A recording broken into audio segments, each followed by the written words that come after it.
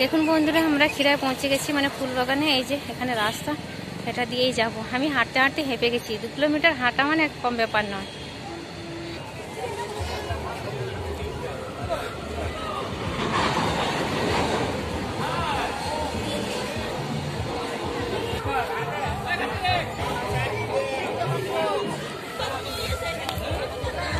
দেখুন বন্ধুরা, এখানে অনেক ফুল। এই যে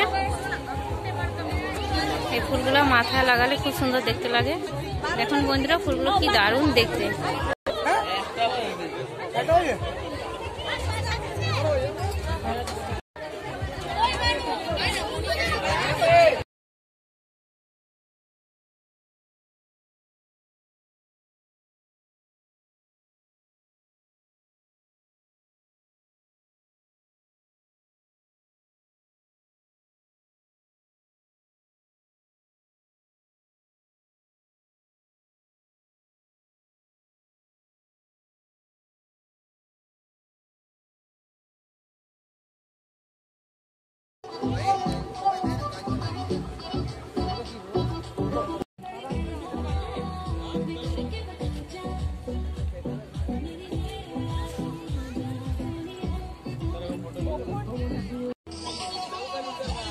যতটা চোখ যাচ্ছে ততটা দেখুন বন্ধুরা, মানে লোকে লোকে লোকে খুব অনেক লোক হয়েছে। মানে এখানে আজকে তো 25 ডিসেম্বর, সবাই বেড়াতে এসছে এখানে।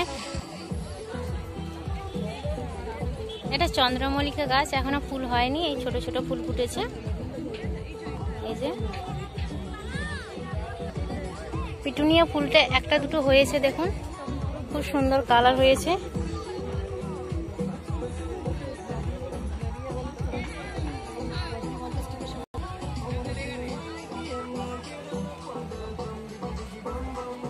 আর আমি তো হাত দিয়ে ফোনটা ধরেছি, হয়তো ভিডিওটা হলে যাচ্ছে, তো খারাপ কিছু মনে করবে না।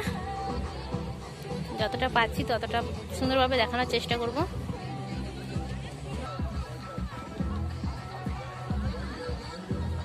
এটা ডালিয়া না, সেগুলো আলাদা।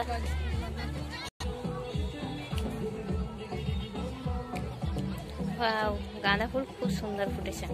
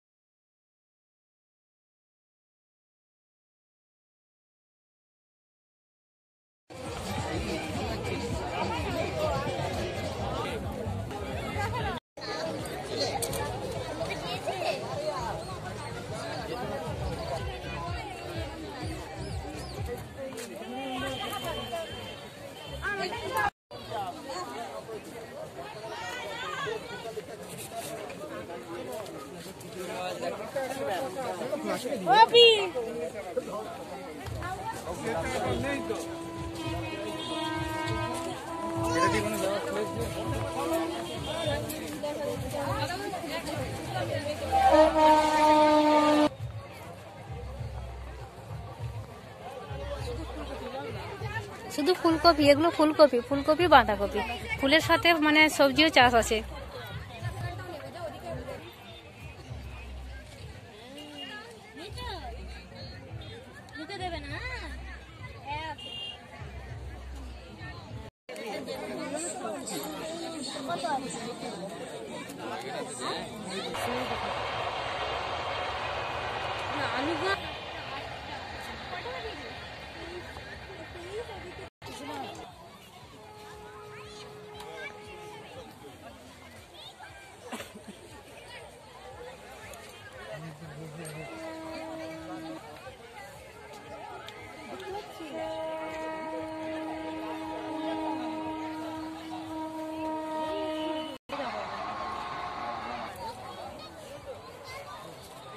ইচ্ছা আছে মানে ছিল দাঁড়া দাঁড়িয়ে থাক।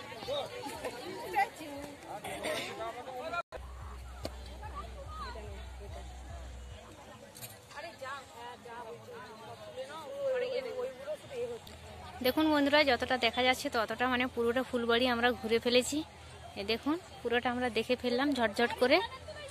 আর মেঘটা আজকে তো মেঘ করে রেখেছে, সুন্দর দেখা যাচ্ছে না। যদি ওয়েদারটা ঠিকই থাকতো খুব সুন্দর দেখা যেত।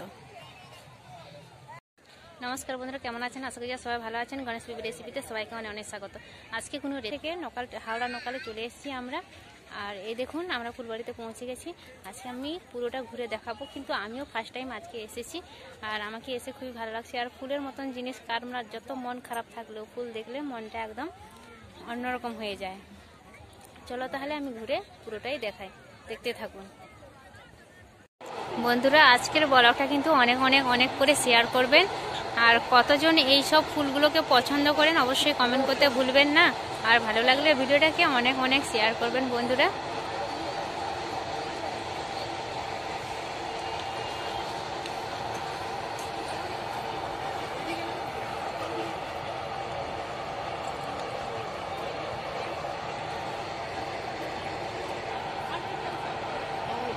আপনাদের কি এই ক্ষীরাই ফুল মেলাতে কেমন লাগছে অবশ্যই কমেন্ট করতে ভুলবেন না। অনেক অনেক করে কমেন্ট করুন। আর চলো আর দেরি করবো না, পুরোটা ঘুরে দেখাই।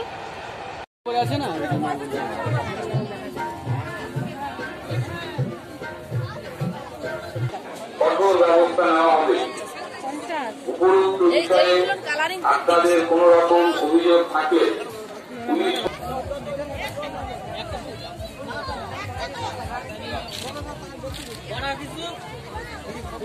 এখানে ফুলটা হচ্ছে মাথায় পরতে হবে, মাথায় ওগুলো খুব মাথায় লাগায় আর কি, খুব সুন্দর দেখায়।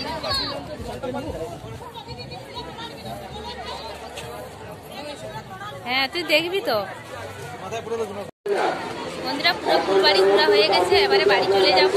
এই যে মাথায় একটা ফুল করে নিয়েছি, কেমন লাগছে অবশ্যই কমেন্ট করে জানান। আর আজকে ভালো রোদ হলো না, হলে ভালো দেখতে লাগতো। চলো তাহলে আর দেরি করবো না, এবারে বাড়ি চলে যাবো। যাতায়াত অথবা পারাপার করবেন না। নদীর ওপারে যাওয়ার জন্য প্রচুর নিচ দিয়ে নির্দিষ্ট জায়গা রয়েছে, ওই রাস্তাকে নদীর ওপারে যেতে পারবে।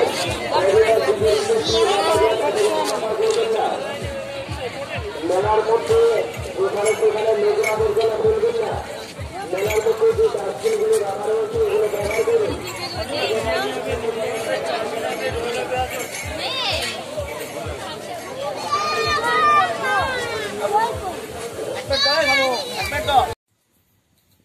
দেখুন বন্ধুরা, একটা কড়া বসিয়ে আমি জল দিয়ে দিয়েছি। আর জলটা ফুটে গেছে, মানে গরম হয়ে গেছে। এবারে জলের মধ্যে 3টা তেজপাতা দিয়ে দিচ্ছি। এলাচের মুখটা আমি ফাটিয়ে নিয়েছি। গরম মশলা আমি দিয়ে দিলাম, দালচিনি, এলাচ, লং, আর অল্প করে সাদা তেল। এবার একটু নাড়াচাড়া করে নেব।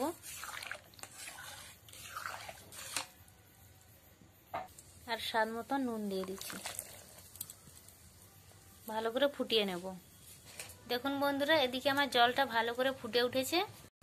আর এইদিকে 1 কেজি চাল আমি ভিজিয়ে রেখেছিলাম, ধুয়ে পরিষ্কার করে এবারে চালটাকে দিয়ে দেব।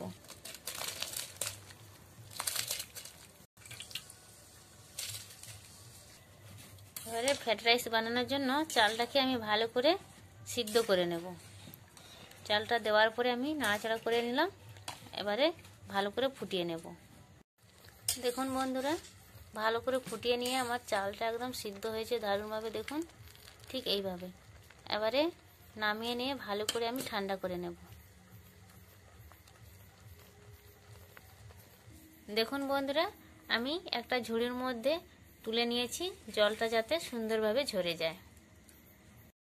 দেখুন বন্ধুরা, এবারে ভাতটাকে আমি একটা বড় গামলার মধ্যে ঢেলে নিয়েছি, যাতে ভাতটা ঠান্ডাও হয়ে যায়। আর সুন্দর করে ঘিটাকেও মাখিয়ে নেব।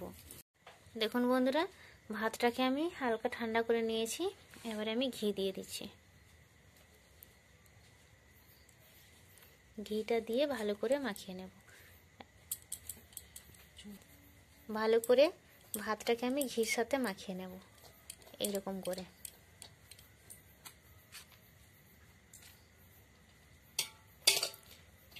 আজকের ফ্রাইড রাইসটা একদম সহজ, মানে আমার হাতের কাছে যতগুলো সামান আছে আমি ওইগুলো দিয়েই বানাবো। একদম খুবই সহজ, ঝটপট হয়ে যাবে। বন্ধুরা আমার ঘি মাখানো হয়ে গেছে, আমি তো 1 ডিবা ঘিটা পুরো দিয়ে দিলাম, আপনারা চাইলে এর থেকেও বেশি ঘি দিতে পারেন। তো আমার এই ঘি হলেই হয়ে যাবে। এবারে আমি ভেজে নিই। ওই কড়াতেই আমি সাদা তেল দিয়ে দিয়েছি, তেলটা গরম হয়ে গেছে। এবারে দিয়ে দিচ্ছি কাজু বাদাম আর কিশমিশ, আর কিছু দিচ্ছি না। আমি এই দুটো জিনিস দিয়ে আজকে আমি ফ্রাইড রাইসটা বানাবো। একটু ভেজে নেব। ভাজা হয়ে গেছে। এবারে ভাতটাকে দিয়ে দেব।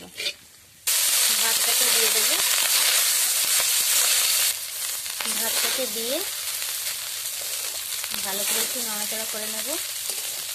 আমি সাদা তেল দিলাম, আপনারা চাইলে পুরোটা ঘি দিয়েই বানাতে পারেন।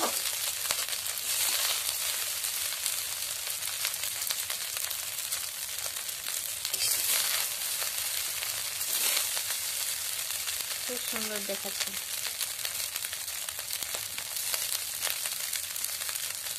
বন্ধুরা 10টার সময় বেরিয়ে ফুলমেলা তো ঘুরে এলাম। রাতের বেলা কি খাবো খুঁজে পাচ্ছি না, তাই যে কিছু ছিল ওইগুলো দিয়েই বানাচ্ছি। আপনাদেরকে কেমন লাগছে অবশ্যই কমেন্ট করে জানাবেন। এবারে লাস্টে চিনিটা দিয়ে দিচ্ছি।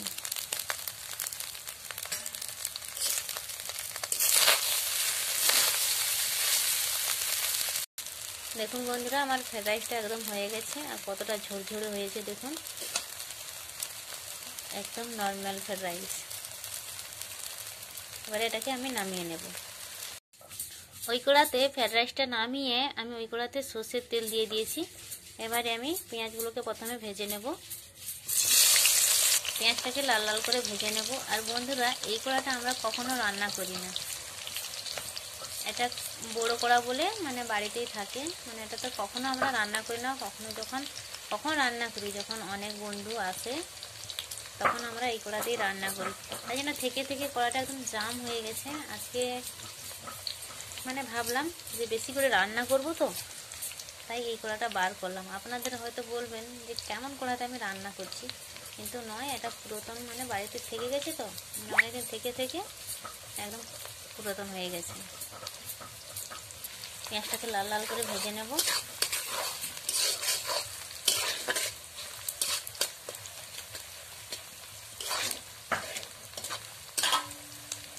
আর তেমন একটা লাইটও নেই আমার রাতে রান্না করার জন্য। আমি যে ভালো করে কালারটা দেখাবো, কিন্তু হয়তো তেমন হচ্ছে না, কেন কি আমাদের ঘরে যেটা মানে লাইট জ্বলে, সেই লাইট দিয়ে আমরা রান্নাটা আমি রাতে করলে, যখনই মানে আজকের কথা বলছি না, যখনই আমি রাতের বেলা বানাই তো ঘরে লাইট দিয়ে বানাই। যে এক্সট্রা ভিডিও বানানোর জন্য লাইট সেরকম কিছু নেই আমার কাছে।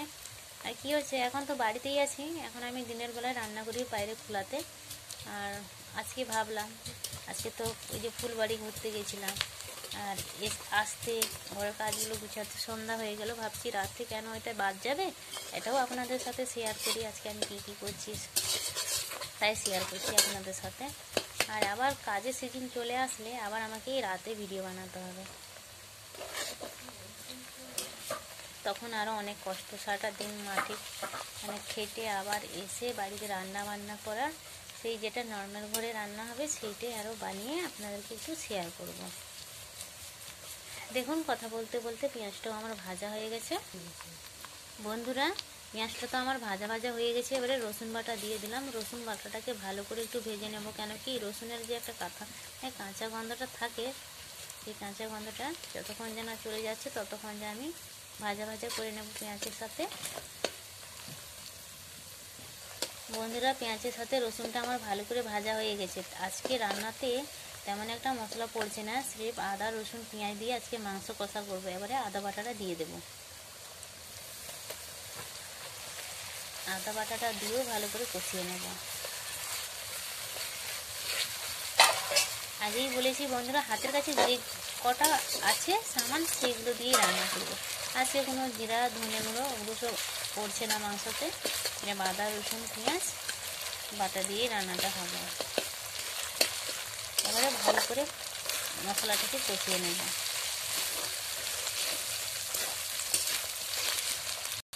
দেখুন বন্ধুরা আমার মশলাগুলো ভালো করে কষানো হয়ে গেছে। এবারে দিয়ে দেব প্রথমে আজকে লঙ্কার গুঁড়ো। লঙ্কার গুঁড়োটা দিলে কি হয়, কালারটা ভালো আসবে, দিয়ে দিলাম। আর ঝালটা যতটা খেতে পারবেন সেইভাবে ঝালটা বুঝে পরিমাণ দেবে। আমি একটু আজকে একদম অল্প ঝাল রাখবো, খুব বেশিও না খুব হালকাও না, একদম মিডিয়াম। লঙ্কা গুঁড়োটা দিয়ে ভালো করে কষিয়ে নেব। এবারে দিয়ে দেবো অল্প করে হলুদের গুঁড়ো, হলুদের গুঁড়োটা দিয়ে দেবো, ভালো করে কষিয়ে নেব।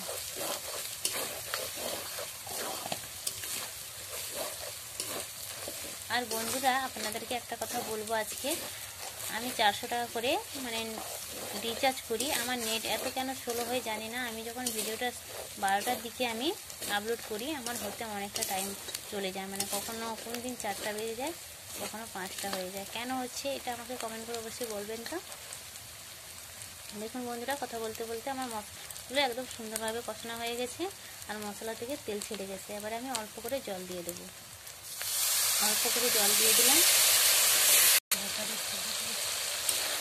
জলটা দিয়ে মশলাটা আমি ভালো করে কষিয়ে নেব।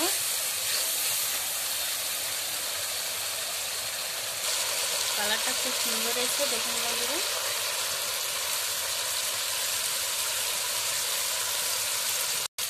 এবারে আগে থেকে মাংসটাকে আমি মাখিয়ে রেখেছিলাম নুন হলুদ আর লঙ্কা গুঁড়ো দিয়ে, এবারে দিয়ে দেব। মাংসটা দিয়ে ভালো করে আমি কষিয়ে নিচ্ছি। আজকে মাংসটা হচ্ছে মানে ব্রয়লার মুরগি পাওয়া যায়নি বলে আজকে একদম হ্যাচারি মাংসটা ভালো করে কষিয়ে নেব।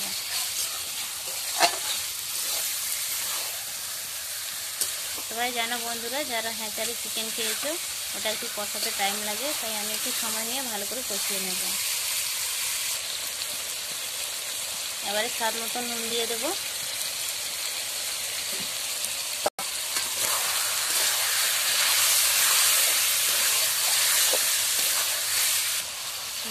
ভালো করে মাংসটাকে কষিয়ে নেওয়ার জন্য আমি একটু ঢাকা দিয়ে দিলাম। বন্ধুরা এবারে ঢাকনাটা খুলে দেখে নেব।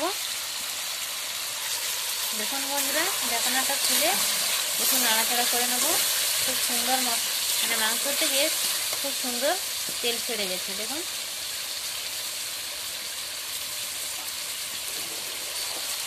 কালারটাও খুব সুন্দর এসছে।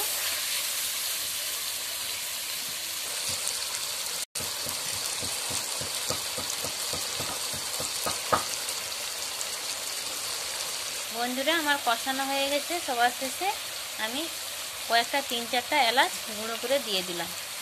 গরম মশলা নয়, শুধু এলাচ। একটু নাড়াচাড়া করে নামিয়ে 2 মিনিট ঢাকা রেখে দেবো, তাহলেই আমার হয়ে গেল আজকে রান্নাটা। বন্ধুরা এবারে আমি নামিয়ে নেব।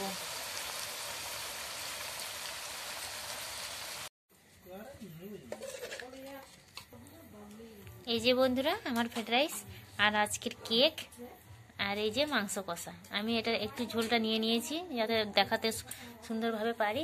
তো আপনাদেরকে কেমন লাগলো অবশ্যই কমেন্ট করে জানাবেন। ভালো লাগলে ভিডিওটাকে লাইক করবেন আর বন্ধুদের কাছে অনেক অনেক শেয়ার করবেন। আর আমার চ্যানেলে যদি নতুন হয়ে থাকে তো প্লিজ আমার চ্যানেলটাকে সাবস্ক্রাইব করে পাশে থাকা বেল আইকনটাকে ক্লিক করে দিবেন। আমি যখনই এরকম সহজ সহজ ভিডিও ছাড়বো সবার আগে নোটিফিকেশন আপনাদের কাছে পৌঁছে যাবে। একদম সহজ রান্না আর ঝটপট করেই হয়ে যায়। তো বন্ধুরা সবাই ভালো থাকবে। ভিডিওটা আমি এইখানেই শেষ করলাম।